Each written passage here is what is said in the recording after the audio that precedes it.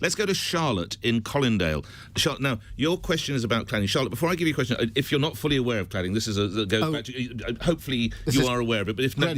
Yes, that's what... Yeah. There's 3 million people in homes, some residential, some local authority owned, and there's still cladding and they're effectively blighted. That's a sentence of background. Charlotte, you're through. Go ahead. Hello there. Good morning, Sir Keir. Hi, Charlotte. Hi there. I live in an area in North London of intense new building and regeneration. Just this week, I found out that our development is clad in highly combustible ACM cladding with non-existent fire protection.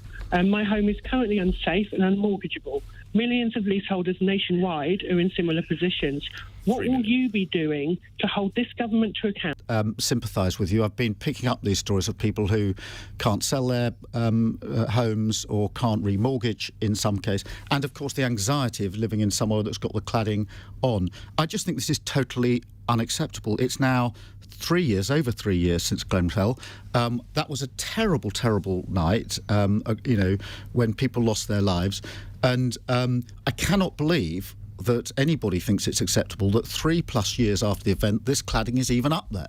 Of course, there's the problem with selling, which is terrible, remortgaging. But people are living in the buildings with this cladding on.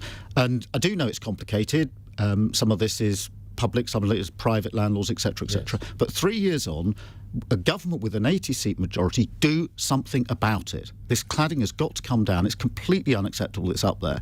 And the government needs to do something about it, and we'll hold them to account on that, Charlotte. I'm really sorry you're in that position. What's interesting is... sorry, Charlotte, a response from you. I'll go... I do apologise. Charlotte, go ahead. That's okay.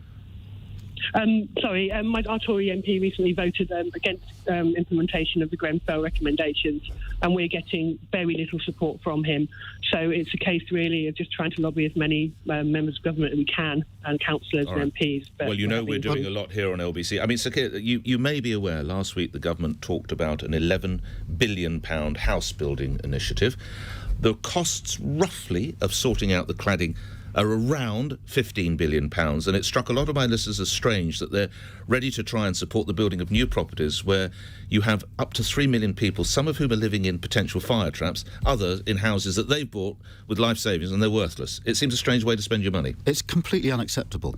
It's completely unacceptable, and this shouldn't be party political. I think anybody who saw Grenfell and that dreadful, dreadful night must come together now and say to the government that is just unacceptable. Do something about it. The safety of where people live is paramount, and heaven forbid that we have another night like that. So everybody should call on the government, whatever your political party, whoever you vote for, call on the government, do something about this. We owe it to the people in this situation. Thanks, Charlotte. Good luck. Stay tuned to LBC. We're not going to let that one go.